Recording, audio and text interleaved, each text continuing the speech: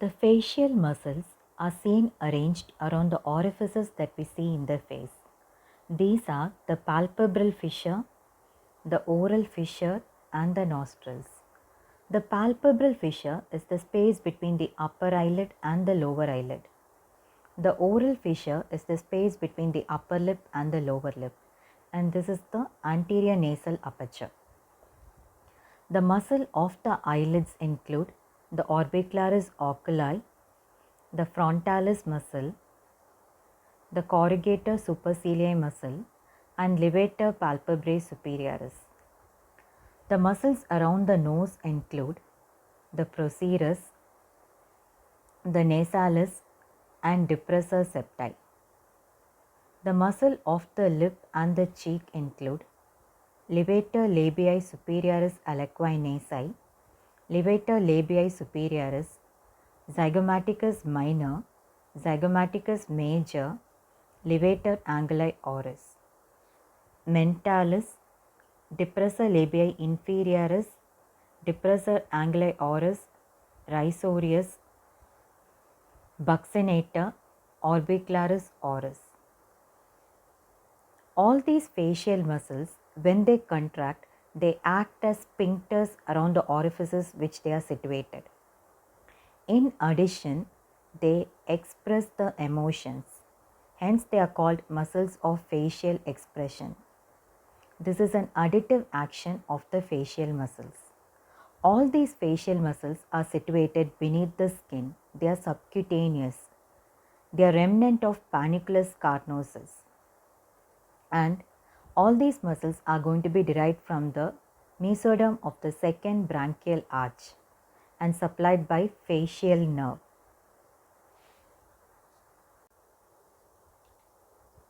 This is the supraorbital margin of the frontal bone.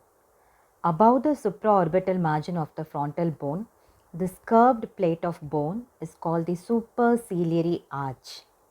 The superciliary arch of both the sides, they meet medially above the root of the nose are the region of glabella. This one above the supraorbital margin, that's the supraorbital foramen. These are the nasal bones. This is the frontal process of maxilla, and just medial to it, this one, that's the lacrimal bone. This is the lacrimal crest of the lacrimal bone. Now, we'll see the muscles of eyelids. They are 4 in number. The orbicularis oculi, the frontalis, the corrugator supercilii, and one more, the levator palpebrae superioris. So, there are 4 muscles of eyelids. We'll do one by one. The orbicularis oculi has 3 parts: the orbital part, the palpebral part, and the lacrimal part. The orbital part is seen as elliptical fibers running along the orbital margin. The palpebral part is present in the eyelids, in both upper eyelid and lower eyelid. The lacrimal part is seen situated behind the lacrimal sac. Attachment of these parts, the orbital part, it arises from the medial palpebral ligament and the adjacent frontal and the maxilla. And then the fibers from this, they run elliptically all along the orbital margin without any interruption on the lateral side. The palpebral part is contained within the eyelids, both upper eyelid and lower eyelid. It arises from the medial palpebral ligament. It runs in front of the tarsal plate of the eyelids and then inserted into the lateral palpebral raphe. Lastly, the lacrimal part, it arises from the crest of the lacrimal bone. It divides into 2 slips and inserts into both upper and lower eyelid.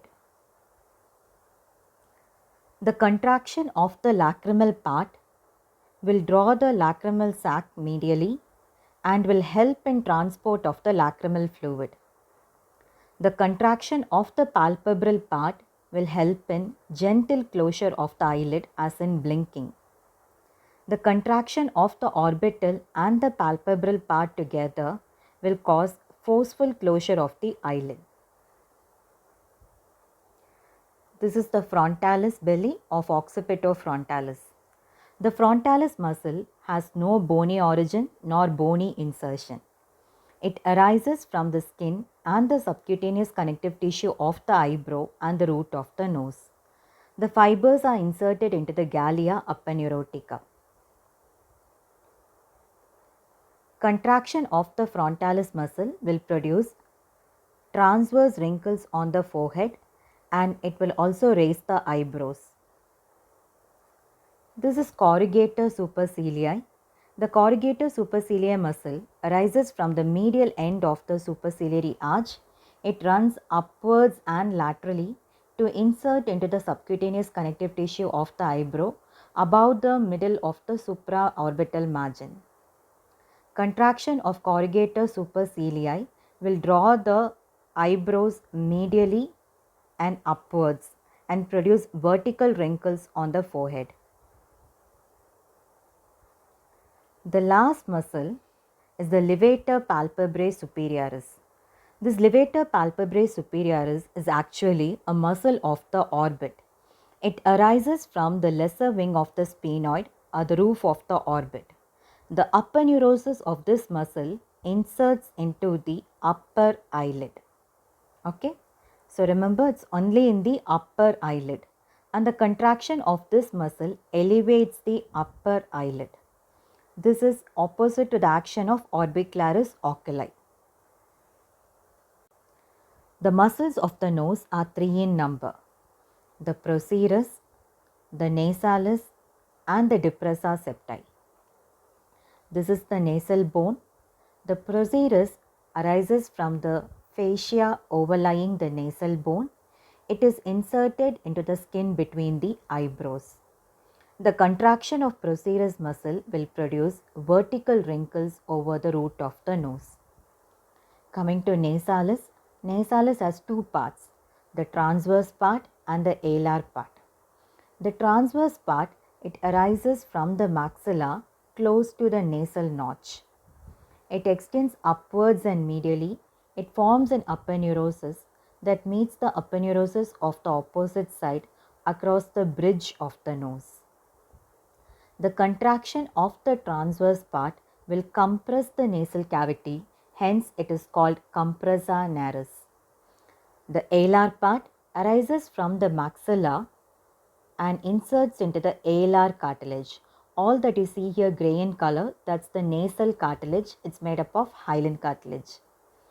The contraction of the alar part will dilate the anterior nasal aperture. Hence, it is called dilator naris. It is also expression of sign of anger. This is the depressa septi. These are the sockets for the incisor teeth, and this area, this fossa, that's called the incisive fossa above the socket for the incisor teeth. The depressa septi, it arises from the incisive fossa and inserts into the mobile part of the nasal septum. Contraction of the depressa septi will also dilate the anterior nasal aperture.